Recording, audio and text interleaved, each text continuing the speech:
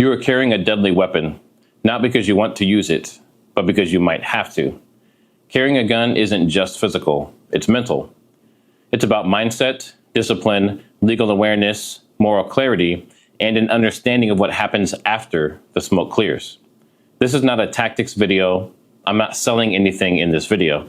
This is about what goes on in the mind of the person who decides to carry a gun. So whether you're just starting out or you've carried for years, this video is your mental blueprint for being truly ready. Everyone has a moment. For some, it was 9/11. For others, Sandy Hook, Uvalde, or the moment someone they loved didn't make it home. It's not about paranoia. It's about refusing to be helpless, refusing to become a victim. The day you realize no one's coming to save you is the day you become your own protector. And once you make that decision, everything changes. Carrying a firearm is more than a right. It's a mindset. The switch from unarmed to armed isn't just a gear change, it's a worldview shift. You start scanning exits, sitting with your back to the wall. You face the door of stores and restaurants. You're no longer a bystander, you're a potential first responder. And the responsibility is enormous. Every day, you live in condition yellow, alert, but calm. You train not just to shoot, but to think, de-escalate, and escape. You rehearse scenarios mentally. You weigh the consequences of every decision. You carry the burden of not responding emotionally, even when you're scared or angry. But most of all, you carry because you love life, and you'll defend it, even if it costs everything. Here's a reality check. If you're carrying to feel powerful, you're doing it wrong. The gun is not an ego booster. It's a life-saving tool. You carry to walk away from conflict, not escalate it. The most dangerous thing you can carry is ego. What if your attacker is a teenager? What if you shoot in front of your kids? The time to work through those moral questions is before you're in the fight. If you carry, you're taking on more than just legal risk. You're accepting the responsibility to make the right choice, not just the fast one. If you use your gun, even in a justified self-defense situation, you might still be arrested, charged, sued, or all three. Ask Stephen Maddox, who defended himself against an aggressor in 2015, cleared in court, but legal fees bankrupted him. Or George Zimmerman. His trial became global, and regardless of opinions, it ruined his life. Even your ammo can be used against you.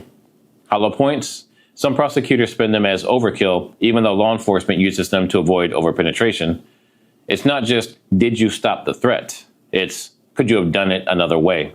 That's the world we live in. This is where insurance comes in. CCW Safe, USCCA, Armed Citizens, Legal Defense Network, attorneys on retainer. These exist so you're not fighting alone. Are they foolproof? No. They have lost cases and they've abandoned clients before. It's a risk we take. Mentally, you need to prepare to survive two battles, the gunfight and the courtroom. What no one tells you is what happens after the trigger is pulled. PTSD, depression, emotional isolation, civil lawsuits, family trauma, even in a righteous shoot. Some lost their jobs. Some lost their homes. Some lose their ability to sleep. Survivors often relive the moment for years. The what-if questions never stop. That's why mental health and trauma therapy should be part of your self-defense plan. It's not weakness. It's smart. Ask anyone who's been there. They'll tell you it doesn't feel like winning. It feels like surviving a car crash, except someone else died. Survival is more than staying alive. It's learning how to live afterward. You don't train to become a superhero. You train so when chaos hits, your brain doesn't have to think. Muscle memory takes over. Split-second decisions are made in preparation, not panic. You don't rise to the occasion. You fall to the level of your training. Train for stress, because stress will come. Force on force, airsoft drills, SIRT pistols, Mantis systems, all simulate chaos. Visualization is key. The top athletes and warriors in the world mentally rehearse. So should you. And don't forget your family. Does your spouse know what to do if you ever draw your weapon? Do your kids understand basic safety? You're not just training to be a protector, you're training to be the leader under pressure. Freeze or fight. If you hesitate, even for a second, you might not get a second chance. Indecision is the deadliest malfunction. You've got to know before it happens where your line is, what you're willing to do, and when you'll act. Columbine, Aurora, Sutherland Springs, Greenwood Park Mall, these weren't just tragedies, they were wake-up calls. The Greenwood incident in 2022 is a prime example. Elijah Dicken, a 22-year-old with no law enforcement training, stopped a mass shooter with 10 shots at 40 yards. Why did he succeed? He trained, he carried chambered, but most of all, he was mentally ready. These events teach us one thing: evil doesn't send a warning. Your mindset must be, today might be the day, and I will not freeze. Average police response time in the US, 7 to 12 minutes.